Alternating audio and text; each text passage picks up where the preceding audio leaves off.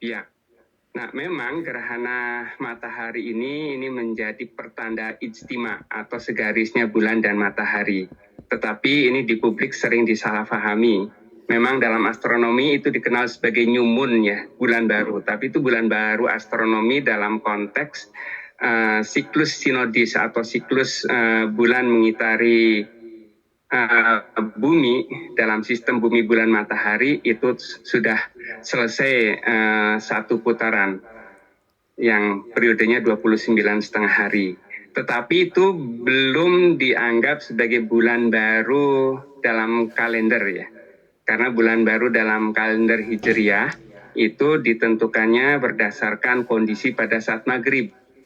Jadi kondisi ijtima atau segarisnya bulan dan matahari yang teramati sebagai gerhana matahari itu belum memenuhi syarat untuk disebut sebagai pergantian bulan Ramadan ke Syawal. Jadi ini jangan dibingungkan ya. Ini di masyarakat seolah-olah ketika terjadi gerhana matahari maka berakhirlah Ramadan. Nanti secara fikih ini akan bermasalah kalau berakhirnya Ramadan berarti puasa juga berakhir.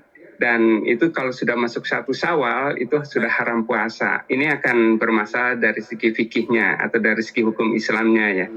Jadi jangan dirancukan antara ijtima sebagai penanda new moon atau bulan baru astronomi dengan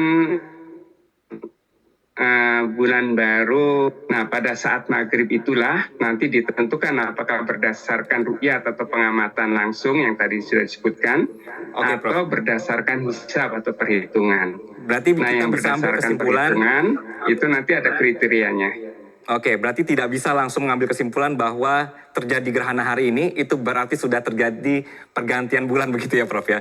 Oke Prof, Anda sempat memprediksi bahwa tahun ini 1 Ramadan itu akan berbarengan antara 2 ormas Islam ya. Sementara 1 Syawal itu berpotensi berbeda. Anda bisa dapat proyeksi ini seperti apa? Anda bisa dapat proyeksi ini Prof? Dan ternyata hampir terbukti begitu ya Prof ya? Ya, jadi setiap orang yang sudah bisa mengakses aplikasi-aplikasi astronomi itu pada dasarnya sudah bisa menghitung. Sekarang hitungan itu mudah, hanya tinggal beberapa klik saja kita sudah mendapatkan hasil berapa tinggi bulannya pada saat nanti pengamatan hilal. Pada akhir Sya'ban dalam penentuan awal Ramadan itu kita sudah bisa menentukan bahwa tinggi bulan itu sudah cukup tinggi di wilayah Indonesia, itu sekitar 9 derajat ya, sehingga semua kriteria itu sudah memenuhi, maka pada awal Ramadan kita seragam. Tetapi pada akhir Ramadan, pada tanggal 29 Ramadan atau 20 April ini, tinggi bulannya rendah sekali. Ini perhitungan yang dilakukan oleh siapapun yang menggunakan aplikasi astronomi, hasilnya akan sama. Yang dilakukan oleh Muhammadiyah, dilakukan oleh NU, atau ormas-ormas yang lain termasuk kita semua. Itu viral juga terkait dengan penggunaan stellarium, itu publik bisa menggunakan juga. Jadi bisa menentukan bahwa tinggi bulannya itu merendah sekali di wilayah Indonesia, kurang dari 2 derajat ya secara umum. Jadi menurut kriteria wujudul hilal itu sudah dianggap masuk, sehingga tanggal 20 pada saat maghrib itu sudah masuk 1 Syawal, maka mereka bisa bertakbiran, kemudian Jumatnya Idul Fitri. Tetapi kalau berdasarkan kriteria imkan ru'yat atau visibilitas hilal, itu belum memenuhi kriteria karena tingginya masih rendah sekali. Itu maknanya hilalnya terlalu tipis, kemudian harus mengalahkan cahaya syafaq atau cahaya senja yang masih cukup terang.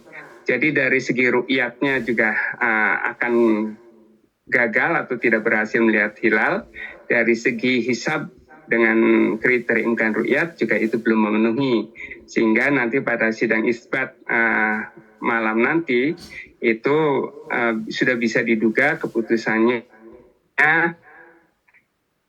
hilal dinyatakan tidak terlihat, maka Idul Fitrinya keesokan harinya, yaitu Ramadannya digenapkan 22 April. Baik, oleh karena itulah supaya memutus semua keraguan, hari ini kita akan menunggu juga ya Prof ya sidang isbat yang akan dilaksanakan.